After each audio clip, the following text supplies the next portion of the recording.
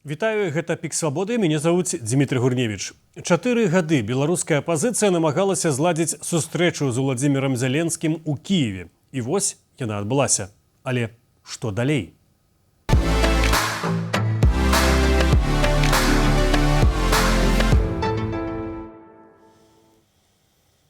Святлана Ціханаўская наведала ўкраіну. Гэта яе першы візіт у Кіеў ад пачатку поўнамаштабнага ўварвання. Яна сустрэлася з прэзідэнтам Украіны Уладзімірам Зеленскім і беларускімі ваярамі, якія змагаюцца ў шэрагах узброеных сілаў Украіны. Лідарка дэмакратычных сілаў Беларусі уручыла медалі беларускім добраахвотнікам і адкрыла місію беларускіх дэмакратычных сілаў. Давайте паглядзім фрагмент гэтай падзеі. Об'єднаний переходний кабінет Білорусі узнагароджує медалем «Гонор і годність» нашого шановного капелана з позивним «Мартін».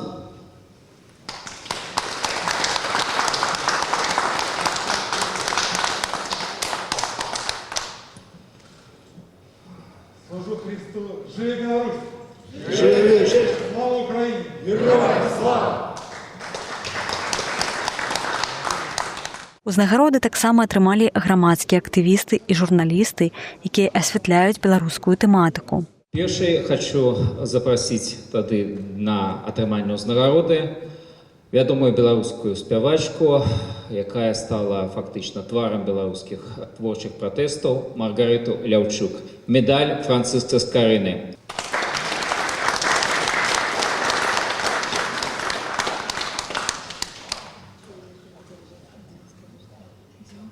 Мне вельмі прыемна, прывітанне ўсім, даражэнечкі. Гэта насамрэч сюрпрыз для мяне, але ж вельмі прыемны. Дзякуй, паважаная Святлана, дзякуй усім, хто сюды прыйшоў, дзякуй нашым ваярам. Я прыйшла сёння падтрымліваць вас. Падтрымайце мяне. Мне вельмі прыемна. Я люблю Беларусь, люблю Украіну. Жыве Беларусь! Слава Украіне! Дзякуй! У той жа дзень Святлана Ціханаўская сустрэлася з прэзідэнтам Украіны Уладзімірам Зеленскім. Нещодавно Лукашенко сказав, що президент України та Білорусі вже час їм зустрітись.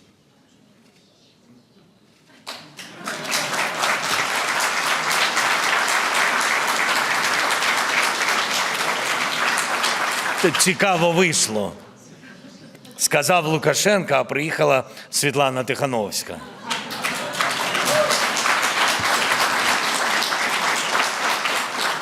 Рады вас бачити, Світлана. Наконец, Украина, якую мы так долго чакалі, і паверьце, беларусы вельмі натхнёныя гэтым візітам, вельмі натхнёныя словамі падтрымкі прэзідэнта Зеленскага і міністра Сібігі. І, канешне, жартачкі вашага прэзідэнта таксама вельмі ўплываюць на эмацыйны стан. Падчас урачыстасці удзельнікі выканалі дзяржаўны гімн Украіны. Таксама была абвешчаная хвіліна маўчання. Ціханаўская адзначыла, што ў расейска-украінскай вайне загінула 90 беларусаў, якія ваявалі за Украіну. Я не представляю такой падзеі, каб вымусіла беларусаў ваяваць супраць Украіны. Але мы бачым, што на дадзены момант сітуацыя ў Украіне эскалюецца, што вось гэтыя вучэнні з арэшнікам, з ядзернай зброяй, яны уплываюць на то, як успрымаюць нашу краіну. І, канешне, гэта наша стратэгічная мэта разам з украінскім бокам. Зрабіць усё магчымае, каб Лукашенко не ўцягнуў людзей у гэтую вайну падманам, не падманам, загадам. Раней у інтэрв'ю «Свабодзе» Святлана Ціханаўская назвала свой візіт ва ўкраіну гістарычным і падзякавала ўкраіне за трансфармацыю і стаўленне да дэмакратычных сіл у Беларусі. На сустрэчы з беларускімі добраахвотнікамі ў Кіеве прысутнічаў і Мікіта Забуга. Зараз ён прадстаўляецца як старшыня вайсковай камісіі беларускай вызвольнай арміі. З Мікітам мы пагаварылі сёння перад нашым эфірам. Мікіта, раскажыце ўвогуле пра сустрэчу са Святланай Ціханаўскай, якая ўчора ў Кіеве адбылася з каліноўцамі, якія вашыя ўражанні, навошта ўвогуле гэта ўсё адбывалася? Дякую за пытанне, дзякую, што запрасілі спадразміцер «Гонар» прысутнічаць, даць інтэрв'ю. Я, па-першае, хочу сказаць, што это гістарычная сустрэча, потому что яна доўга планавалася, доўга шоу, весь дэмакратычны рух да гэтага. Ось, что дотычыцца сустрэчы з добраахвотнікамі, то там были добраахвотнікі не толькі полка Каліноўска, там были добраахвотнікі розных падроздзелаў, там і Нацгварды, і третьего корпуса, ну, розныя добраахвотнікі. Як вы самі ўспрымаеце, чаму гэта сустрэча адбылася зараз і чаму ўвогуле стала магчымай, чаму на раней не была магчымай? Ну, обставины изменяются. Грубо кажучи, ну вот на початку войны нам там дали там, людям каски, бронежилеты, перехрестили и все. И дали там 3 дни. Все съехали. Листы по Киеву летали.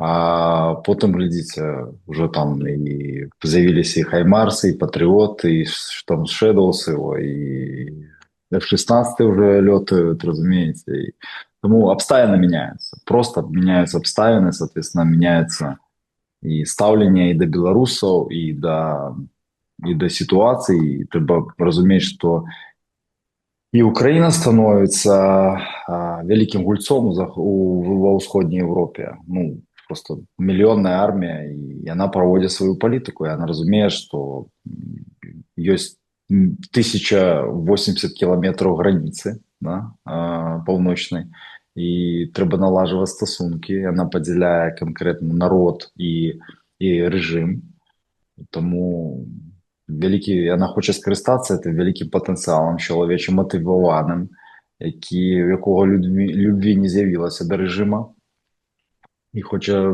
забяспечыць сабе, выбачаюць за тавтологію, бяспеку. Кажыце, а якое на вас зрабіла ўражанне ўчора Святлана Ціханаўская, яе выступ і ўвогуле як самі байцы ўспрынялі гэты вот візіт менавіта да вас? Ну, глядзіце, тыя байцы, якія былі на сустрэчы, я думаю, што вельмі пазітыўна.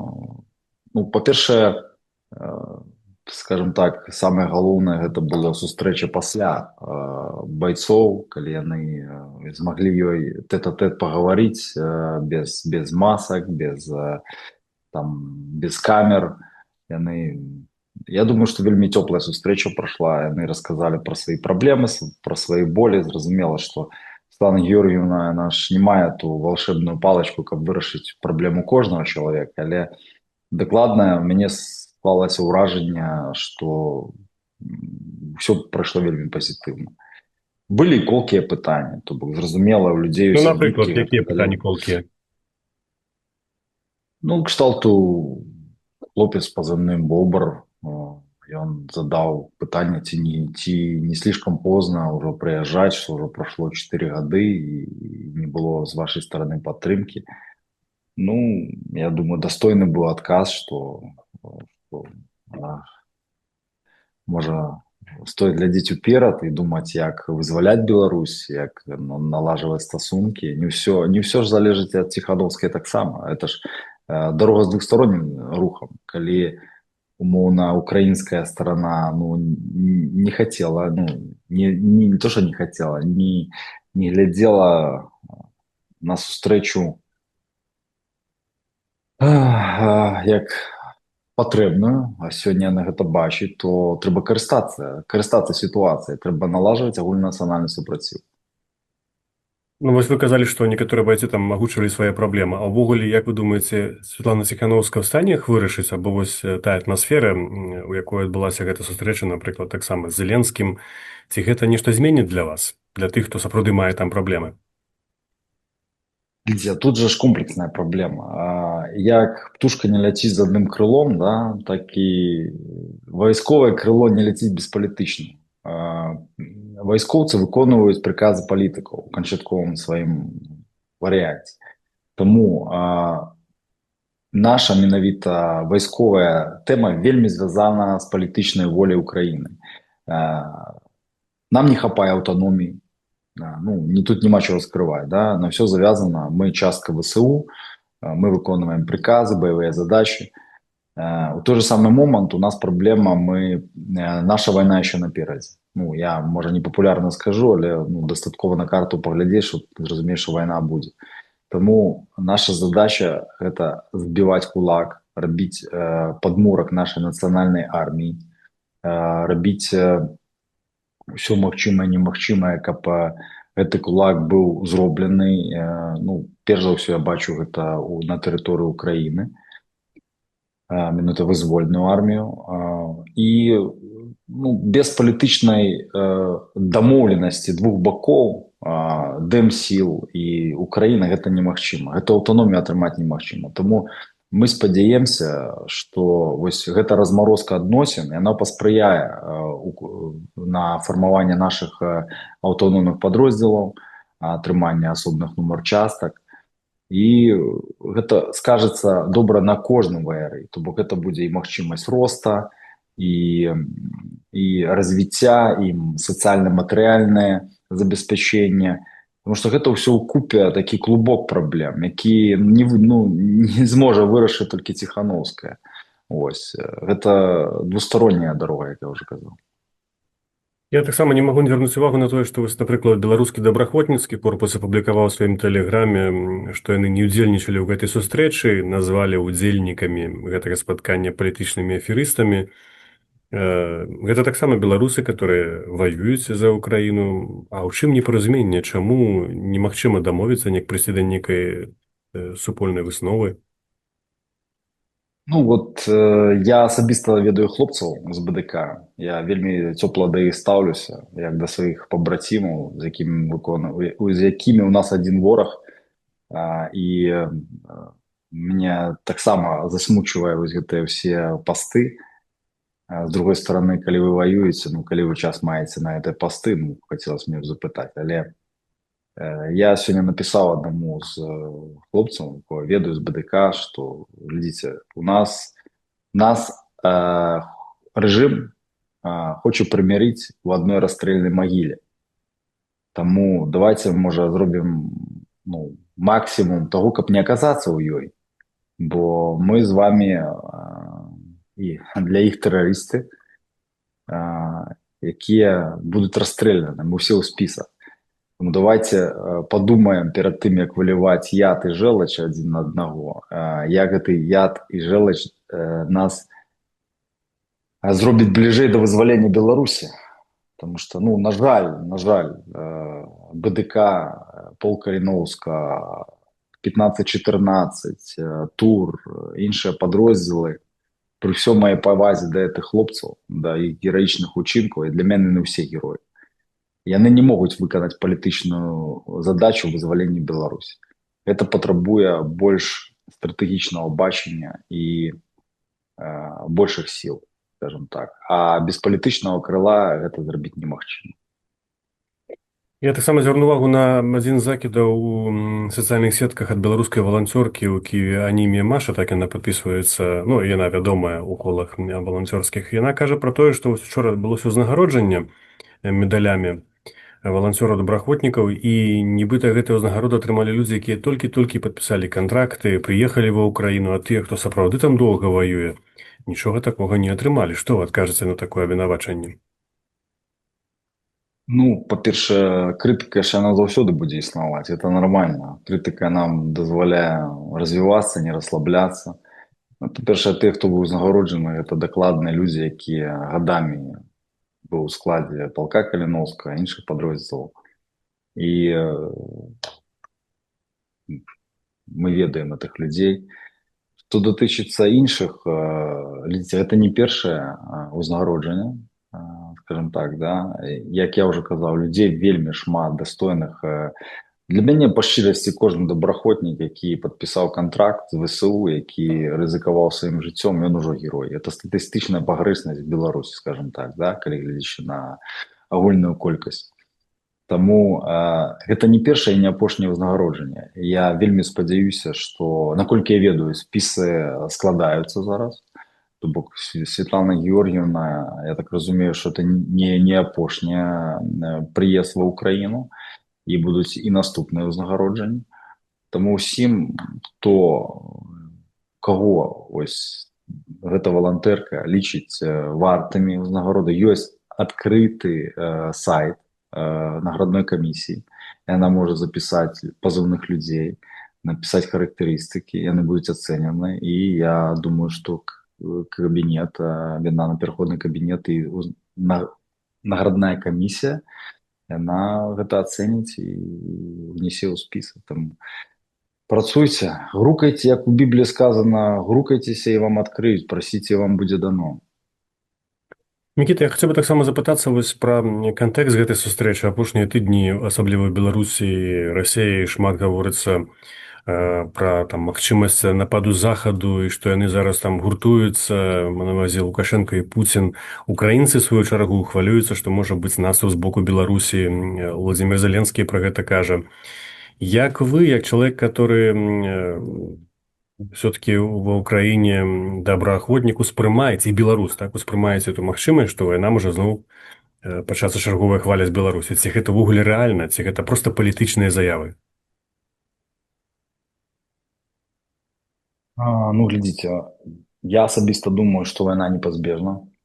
Я лічу, што калі раней у 19-20 стагоддзі лічылі, што Хартленд – это там Афганістан по ўсім тэорыям, то сёння Хартленд – это Беларусь і Украіна. І кіраўнікі краін, якія вось пра гэта гавораць, яны маюць больш дадзеных, чым вы і я. Для мяне несумнеўна, што Пуцін будзе выкарыстоўваць гэту магчымасць, адцягнуць сілы, сродкі з ўсходняга фронта, будзе эскаліраваць эту сітуацыю. Як яна будзе, ёсць некалькі сцэнароў, гэта проста пра гэта трэба асобна казаць. І вайна непазбежна. І ў гэтай сітуацыі, што датычыцца беларускага кантэкста, то нам трэба абавязкова сёння вайскоўцам унутры Беларусі паказваць альтэрнатыву. То бок, што яны могуць ваяваць у гэтай несправядлівай вайне на старане святла, што ёсць нацыянальныя сілы, што вот эта вся манкуртизацыя, она абсолютно несправедливая. І для гэтага трэба гатовіцца. Наша праблема, што мы заўсёды на год адстаем, знаеш, апаздваем. І сёння я лічу, вось лідары, я пра гэта казаў са Светланай Георгіевнай асобна і з Паўлам Латушкай, што сёння гэта, насамрэч, гэта крымінальная бяздзейнасць, калі ты свайму народу, свой народ не гатовіш да вайны. То бок я помню, як это было ў пачатку вайны, які быў хаос, як людзі там шукалі бензін, там, заліць, як выехаць, як мне званілі, як перабрацца з левого направо, справа на левый берег. Это быў хаос, разумееце. Сёння трэба гатовіць.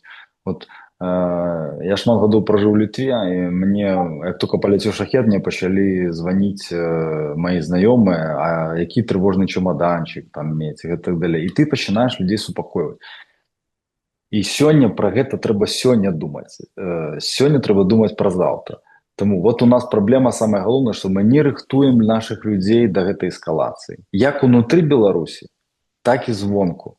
А для гэтага нам трэба ўжо сёння мець на тэрыторыі Украіны рэкрутацыйныя цэнтры, дзе кожны ваяр, жаўнер, які захаваў гонар і годнасць, які захаваў вернасць прысягі, ён можа не ваяваць на старане гэтай імперскай пыхі, а адразу перайсці на бок святла, разумееце. І мець за гэта пэўныя сацыяльныя гаранты. Вось пра гэта сёння мы павінны з палітычным крылом дамаўляцца ва Украіне. А хтосьці з гэтым працуе ўжо ў беларускім кантэксце? Ёсць беларуская армія, дастаткова вялікая. Хтосьці да ёй звяртаецца? Звяртаемся пра свае колы, скажем так, праз унутраныя колы, але гэта ж все ж праца больш палітыкаў. То бок я ведаю, што і Павел Латушка, і Светлана Георгіевна на сустрэчы падымалі гэта пытанне, то бок паказаць беларусам альтэрнатыву. Размова шла пра магчымасць абучэння беларусаў, то есть тых, хто ваяваў за Украіну, мае баявы досвед, які мае лідарскія якасці. Тому што у нас шмат зараз накапілася ўжо людзей, камандыраў, фактычна, да, камандзіраў аддзялений, там, звадоў, якія гатовы быць ужо камандзірам рот, батальёнаў. Я не перабольшую, нават камандзірамі брыгад могуць быць. Таму ось з іх трэба фармаваць вертыкаль, складнік афіцэрскі, сяржанцкі, тому што гэта будзе падмурак будучы не толькі для нашай нацыянальнай арміі, але і для будучай для бяспекі ўкраіны. Але гэта ўсё трэба даносіць. Гэта трэба фармаваць вайсковую камісію, размаўляць, тому што гэта павінна... Сістэмна заўсёды перамагае бессістэмнасць. Дарэчы, учора вось прагучала лічба таксама беларусаў, которые воююць на баку Расіі супраць Украіны, там амаль 2500. Як вы гэту лічбу ацэньваеце ўвогуле? Тым больш параўнанні з тым, колькі воюе за Украіну, з іншага боку. Ну, гэта натуральны працэс, калі ты не займаешься праблемай, то праблема займаецца табой. Ну, мы не будзем тут бачыць нейкіх там... Расійцы маюць вялікі матэрыяльны рэсурс, да, крэпкую прапаганду, падрыхтоўку. То бок яны займаюцца, гэта каварны вораг з дальнім стратэгічным мышленнем, разумееце, это нельзя яго пераменшваць. Яны працуюць сістэмна. Украіна, на жаль, з 12 гадоў войны яна не падрыхтавала не падрыхтавала для Беларусі кадры. Вот Россия, напрыклад, да, там пскоўскія, рязанскія, омскія, маскоўскія, усе гэтыя вучэльні, яны там ужо, калі я не ведаю статыстыкам, но я думаю, там уже тысячамі агульных афіцэраў, якія там цягнуць чаркі там і там зарусь абасрусь. Вось, выбачаюся за рэзкасць. А Украина нет. Тому зараз я думаю, что это все переглядаецца. Это все, я думаю, кіраўніцтвам Украины есть разуменне. И як выкарыстаць гэты агромны матываваны патэнцыял. Я вам толькі скажу один факт. Калі пачалася поўнамаштабная вайна, я размаўляў з кіберпартызанамі, якія праводзілі аўтэнтыфікацыю людзей, накіроўваючы ў полк. Толькі за нядзелю падалася 5000 чалавек в полк Каліновска. Толькі за нядзелю. Уяўляеце маштаб? То бок, зразумела, ўжо людзі павыгаралі, вось гэтыя ўсе ўнутраныя, як вы пішаце, там, вы кажаце, у БДК, вот это все ўнутраныя дрязгі, желач, она, конечно, паўбавіла інтарэсы беларусаў ісці, але любві не з'явілася да рэжыма. І пры пэўнай правільнай працы, пастаноўкі, справядлівасці людзі пайдуць. Пры пэўных сацыяльных гарантыях у нас вельмі вялікі шанец сфармаваць свой нацыянальны кулак. Як вы, дарэчы, ставіце да заявы Броўдзі про то, што ўжо падрыхтавана 500 цэляў на Беларусі, і калі Беларусь уступіць у эту вайну, то Украіна будзе атакаваць 500 цэляў? Ну, это лагічны вынік. Это третий закон Ньютона. Сила действия равна сила противодействия. Натурально, что Украина, это уже повторяюсь, Украина это сур'ёзны ігрок. Это мільённая армія. Покажите мне краіну ў свеце, якая мае мільённую армію, абучаную, крэпкую, злажаную. Ясна, што яны праводзяць сваю знешнюю палітыку. Яны ўжо стаміліся чакаць там ад злева, справа, з поўначы нейкай дапамогі. Яны самі гэта робяць. Это натуральна, што яны папярэджваюць. І яны справядліва папярэджваюць. Что датычыцца Лукашэнкі, я лічу, што его тунцван. Все, што ён будзе рабіць, все будзе толькі хужэй. Таму чакаем, в сэнсе не чакаем, а рыхтуемся. То, знаете, як у том анекдоце, а колькі чакаць вызвалення Беларусі? Калі чакаць, то доўга. Трэба канкрэтна гэта рабіць. І напрыканцы я хацеў яшчэ запытацца, ўсё ж такі, як вы самі разлічваеце, вось адбыўся візіт, 2 дні Святлана Ціханаўская з камандай была ў Кіеве. З'язджае. Што гэта зменіць для тых людзей, для беларусаў, которые зараз в Украіне, которые не могуць атрымаць вельмі часта нейкіх дазволаў на пражыванне або грамадзянства, або як у выпадку Маргарыты Ляўчук, там, напрыклад, прынамсі з яе слоў, крэдыт нават, хаця яе муж украінец і таксама ваяр на гэтай вайне. Маргарыта Ляўчук, я асабіста ведаю яго мужа таксама, вельмі годныя людзі. Что датычыцца стаўлення, глядзіце, краіна ў вайне. Я з самого пачатку казаў Святлане Георгіевне і там камандзе, што краіна, якая 12 гадоў у вайне, яна не цікавіцца там посвідкамі, там ей цікава то, што яна можа атрымаць з гэта, як яна можа выйсці пераможцам у гэтай вайне. Ім сёння трэба чалавечы рэсурс. У нас ёсць матываваны чалавечы рэсурс, людзі, якія хочуць вярнуцца да хаты. Таму вось гэтыя кропкі меркавання і трэба ставіць усе гэтыя пытанні. А ўсё іншае, яно прыложыцца. То бок зменяцца адносіны да нас. Гэта ж, разумееце, сённяшняя сустрэча показала, вчерашняя і пазаўчарашняя, што стаўленне мяняецца. Але над гэтым трэба працаваць. І адна Святлана Георгіевна гэта не зможа зрабіць. Гэта павінна рабіць яе каманда і прыхільнікі і шмат іншых людзей, беларусаў. Таму ўсё будзе добра, робім, што можам, атрымаем, што хочам, і посведкі ў нас будуць, і добрае стаўленне да беларусаў, і адноўленыя адносіны, гісторыя, будзем таргаваць адзін з адным. Трэба дапамагчы. Просто сёння людзі трошку не разумеюць, і пра гэта палітыкі, на жаль, не кажуць, што нас чакаюць агромныя рэпарацыі. Агромныя рэпарацыі, калі яшчэ нашыя ўнукі будуць іх выплачваць, там, як умоўна, Катару выплачваў Ірак, я не помню, калі он там скончыў, толькі недавно, да? Так вот, чтобы гэтага не атрымалася, трэба сёння нам дапамагаць зброяй і вызваляць Украіну. І надеяцца, што яна дапаможа нам вызваліць Беларусь пад гібриднай акупацыяй ад гэтых калабарантаў. Гэта быў Мікіта Забуга, беларускі добраахвотнік ва ўкраіне. Выданне «Украінская праўда», падсумоўваючы візіт Ціханаўскай ва ўкраіну, напісала: візіт Святланы Ціханаўскай у Кіеў, які адбыўся ў разгар гэтай эскаляцыі, стаў чарговым сігналам аб тым, на чыім баку знаходзіцца Ўкраіна. Візіт быў адказам на спробу Лукашэнкі наладзіць дыялог з Кіевам, што дазволіла б лягчэй далей лабіяваць зняцце санкцыяў. Гэты крок Кіева умацоўвае вагу пазіцыі беларускіх дэмакратаў, таксама беларускага народа, які яна прадстаўляе, а не Лукашэнку. Аднак гэты крок неабходны і для самой Украіны, каб падтрымліваць ціск захаду на беларускага дыктатара, гаворыцца ў артыкуле. Але ёсць і тыя, хто сумняецца ў карысці такога візіту, прынамсі для украінцаў, якія жывуць ва ўкраіне.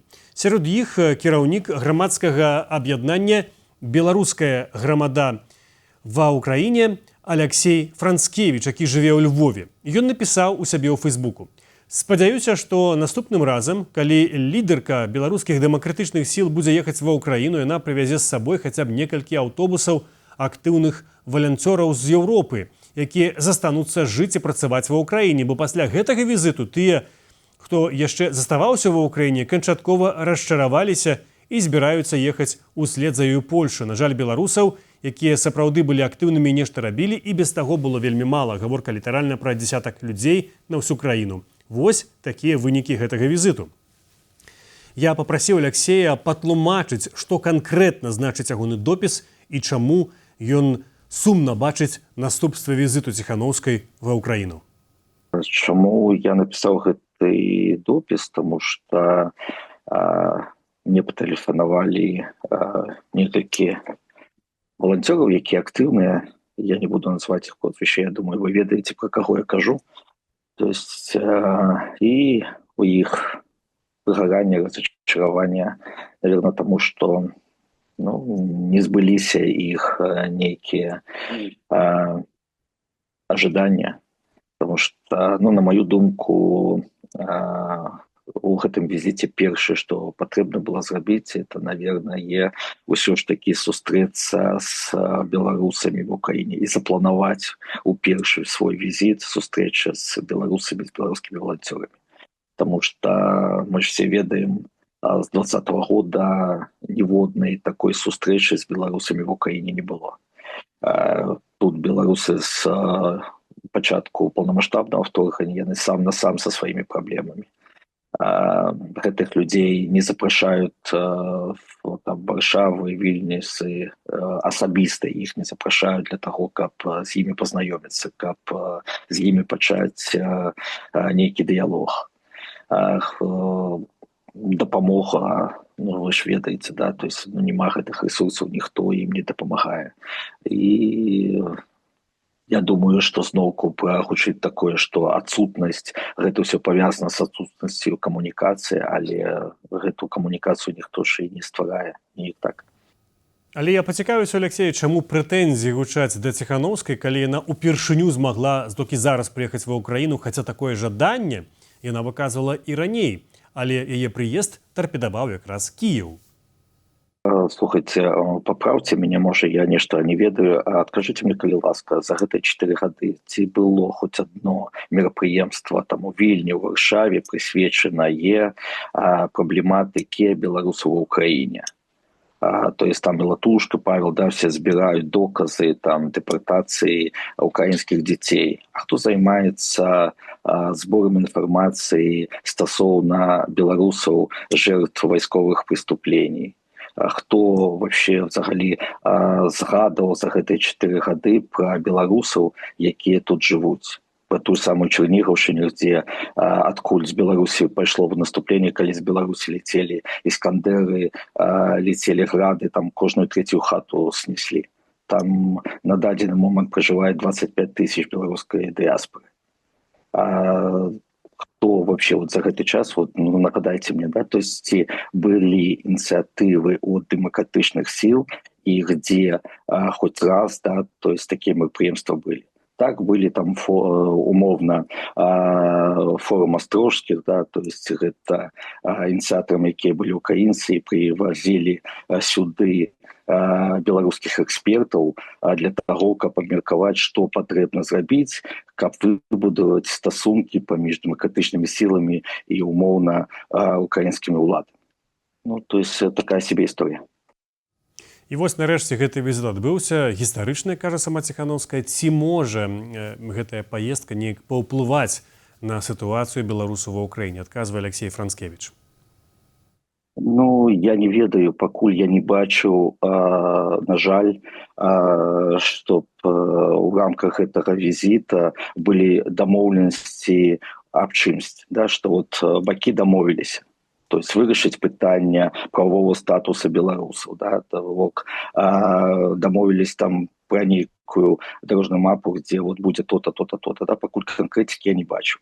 Тому я похожусь с меркаваннем Евгена Махты, да, где он пишет, что все оптимистично, потому что мы в Украине, у якой ідзе война, то с Украины не ведае, что будет завтра. То есть потому что Украина залежит и от европейской поддержки, от тех самых ракет, и финансов и так дальше.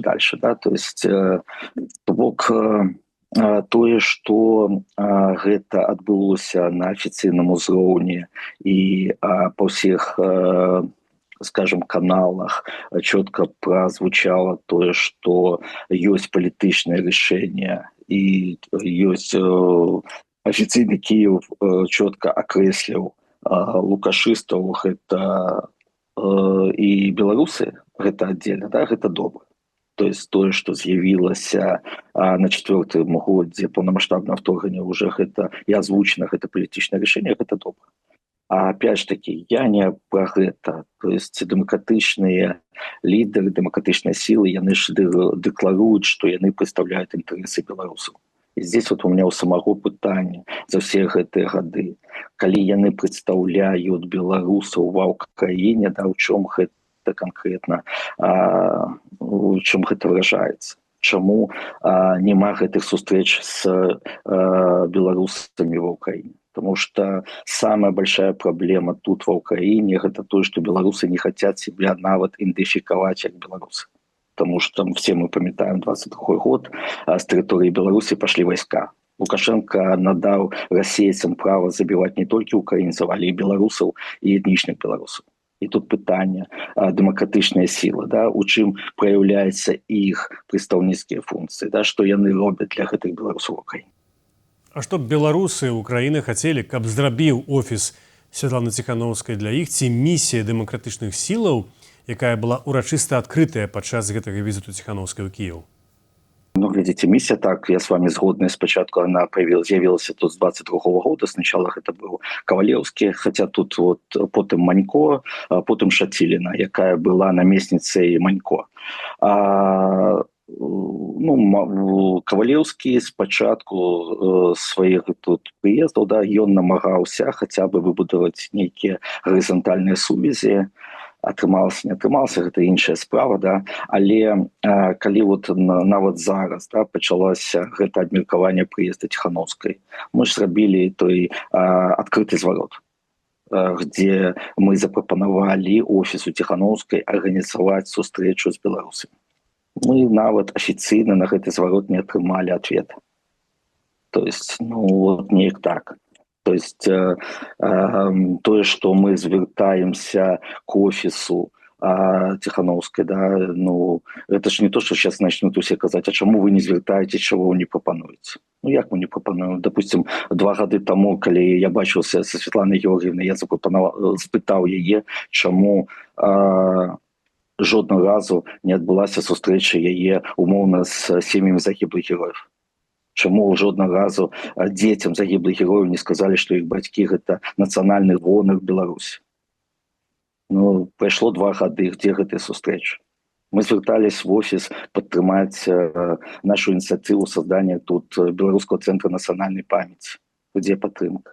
То бок потым, да, Франа Печорка напішыць недзе в приват, либо на ваш комментарий скажа отсутность, навошта ты так кажаш, гэта просто отсутность коммуникации, мы же с тобой на связи, мы же там казали и что-то делали. Но опять же таки, так, мы на сувязі, но я про сувязь с беларусамі. Беларуская спільнота ва Украине стасоўна астання перапіси населения, яна была другая по колькасці, гэта каля 300 тысяч чалавек.